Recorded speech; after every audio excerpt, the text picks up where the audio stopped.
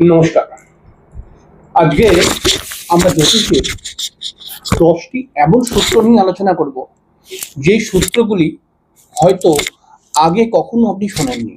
হ্যাঁ, এমন কিছু সূত্র নিয়ে আলোচনা করব, যে সূত্রগুলি খুবই সরল সূত্র, এবং সেই সূত্রগুলি যদি থাকে কারো জন্মছকের মধ্যে, মানে সেই যোগগুলি, যেই সমস্ত বিষয় নিয়ে আলোচনা করব, অর্থাৎ এই সূত্রগুলি কিন্তু প্রতিটা জন্মছকের মধ্যেই ম্যাচ খাবে।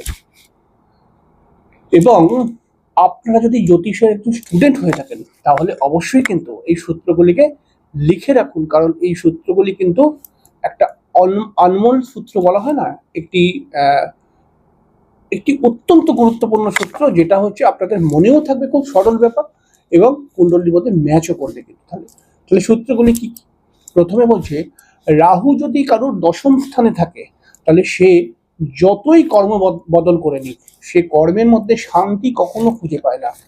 অর্থাৎ রাহুকে যদি দশম ভাবে থাকে আর কি, তাহলে পারে দেখা গেছে যে দশম ভাবে রাহু কিন্তু একাধিক কর্ম পরিবর্তন করে।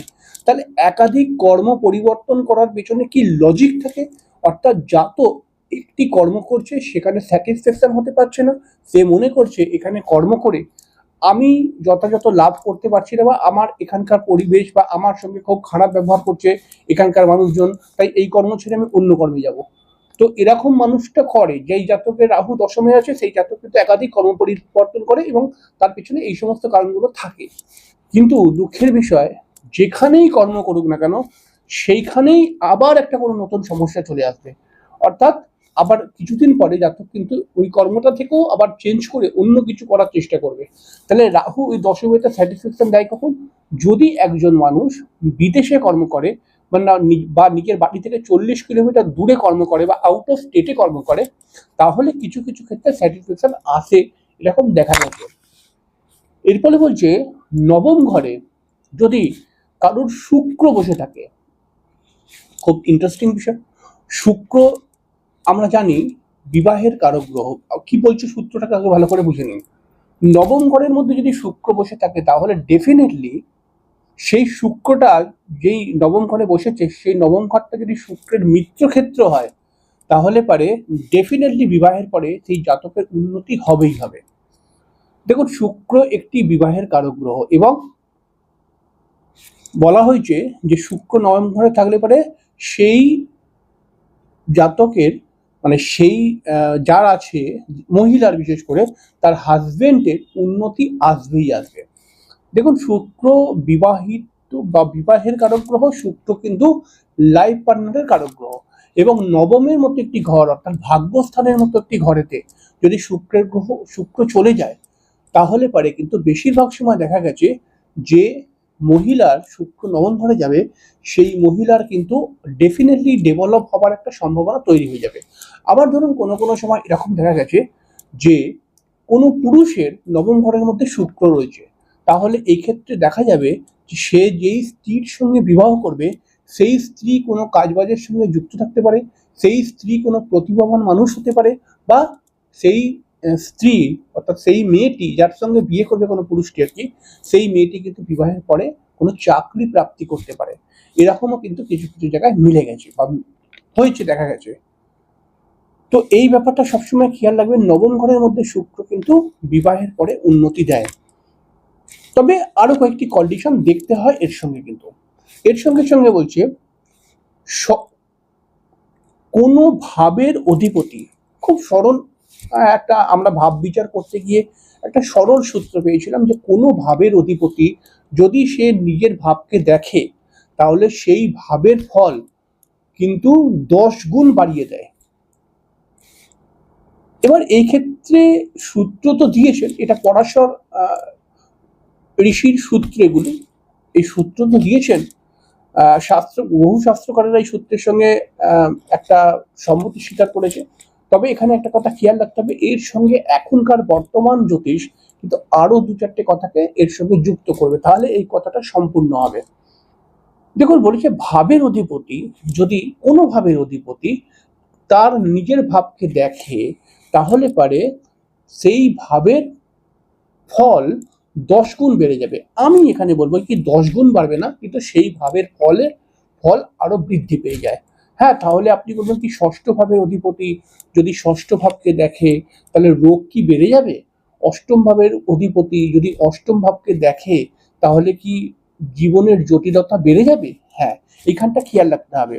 ষষ্ঠ ভাবের অধিপতি যদি ষষ্ঠ ভাবের মধ্যেই বসে থাকে তাহলে পারে কিন্তু সেই ষষ্ঠ ভাব থেকে রোগ যে বিচার করা হয় এই রোগটি জাতকের ক্ষেত্রে কিন্তু কম আসার সম্ভাবনা তৈরি হবে।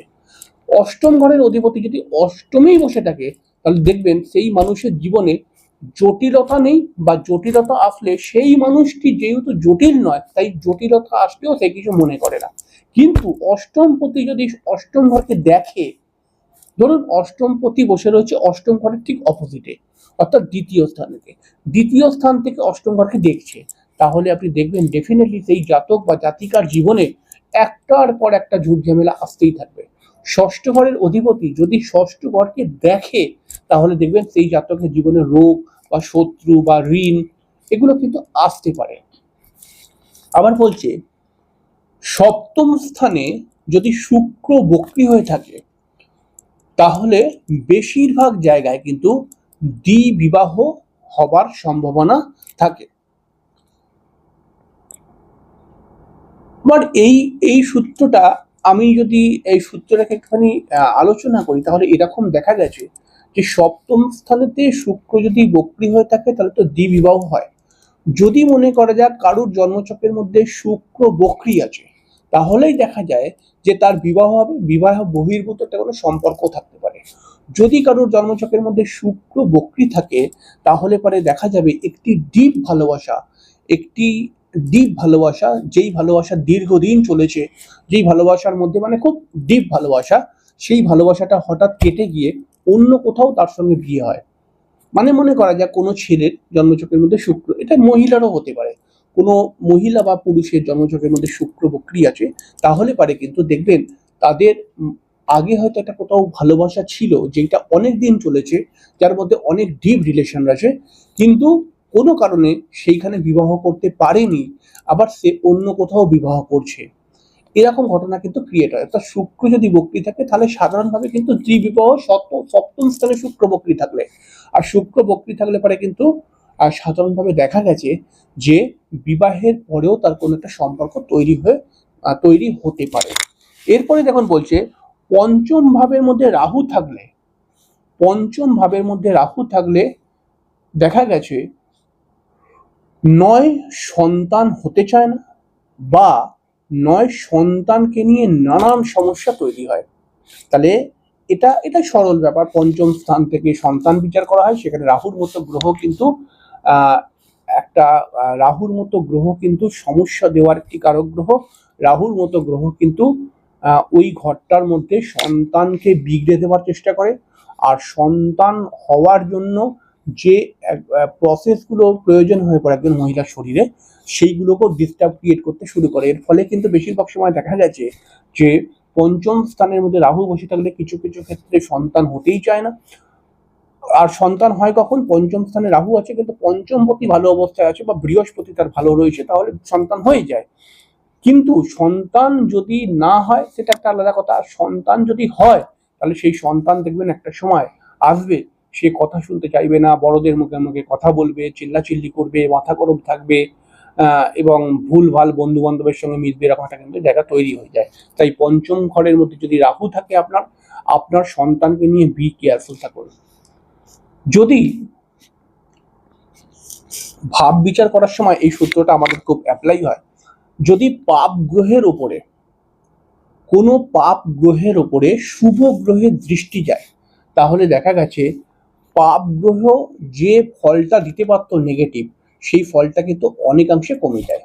যেমন ধরুন শনি একটি পাপ গ্রহ, শনির মধ্যে রয়েছে দুঃখ, নৈরাশ্য, হতাশা এবং বিভিন্ন বিষয়কে আটকে দেওয়া বা ডিলে করার একটা প্ল্যানেট। শনি কিন্তু মানসিক টেনশন, শারীরিক সমস্যা ইত্যাদির কারক গ্রহ। এবার এই শনির ওপরে যদি মনে করা যাক বৃহস্পতি দেখছে, বা এই শনিকে মনে করা যাক চন্দ্র দেখছে, মানে ভালো চন্দ্র, শুক্লপক্ষের চন্দ্র, তাহলে দেখবেন শুভ গ্রহ দেখলেই এই শনি যতটা আপনাকে নেগেটিভ দিতে পারতো ততটা নেগেটিভ কিন্তু দেবে না। এরপরে বলছে নিচস্থ গ্রহের ওপর যদি শুভ গ্রহের দৃষ্টি পড়ে, তাহলে নিচস্থ গ্রহটি অশুভ ফল হ্রাস পেয়ে যায়। খুব ইন্টারেস্টিং। এই যে ছোট ছোট সূত্র, এগুলোকে তো মনে রাখবেন।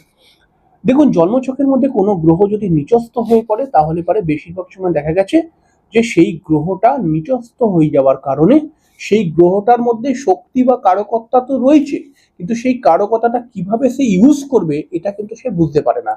কিন্তু এবারে বা কোনো নিচস্থ গ্রহ যদি বক্রী হয়ে যায়, তাহলে সেই গ্রহ সম্পর্কীয় রোগও আসার সম্ভাবনা থাকে অনেক সময় দেখা গেছে। এবার নিচস্থ গ্রহ যদি আবার একটা বলে দিই, নিচস্থ গ্রহ ধরুন আপনার জন্মছকে বক্রী রয়েছে, তাহলে ওই নিচস্থ গ্রহটি যেই রিলেটিভকে নির্দেশ করছে, সেই রিলেটিভেরও কিন্তু শারীরিক সমস্যা ক্রিয়েট হওয়ার সম্ভাবনা থাকে।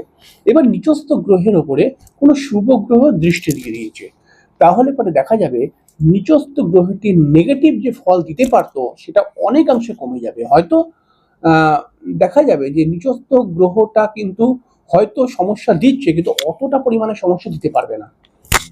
সপ্তম ঘরের মধ্যে যদি শুক্র যদি থাকে, শুধু মার্গী শুক্র সপ্তম ঘরের মধ্যে থাকলে পারে দাম্পত্য সুখ দেয়, তবে সেই শুক্রের উপরে একটাও যেন পাপগ্রহের প্রভাব না থাকে। দেখুন, শুক্র একটি কমল গ্রহ, আমরা বলি না শুক্র কিন্তু খুব কোমল গ্রহ। শুক্রের উপরে একটি পাপগ্রহের দৃষ্টি পড়লেই কিন্তু শুক্র ডিস্টার্ব হয়ে যায়। তাহলে সপ্তম ঘরে শুক্র যদি একাবশ থাকে, তাহলে কিন্তু বিবাহিত জীবন ভালো হবে।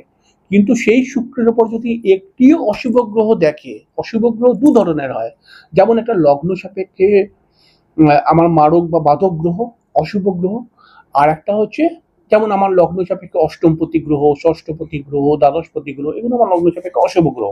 আর একটা হচ্ছে অশুভ গ্রহ মানে শনি, রাহু, কেতু, মঙ্গল, রবি। এই দু ধরনের গ্রহ যদি শুক্রকে দেখে, যে কোনো একটি গ্রহ এই দু ধরনের মধ্যে, তাহলে পরে কিন্তু দাম্পত্য সুখ আসবে না এবং সমস্যা ক্রিয়েট হবে বিবাহিত জীবনে।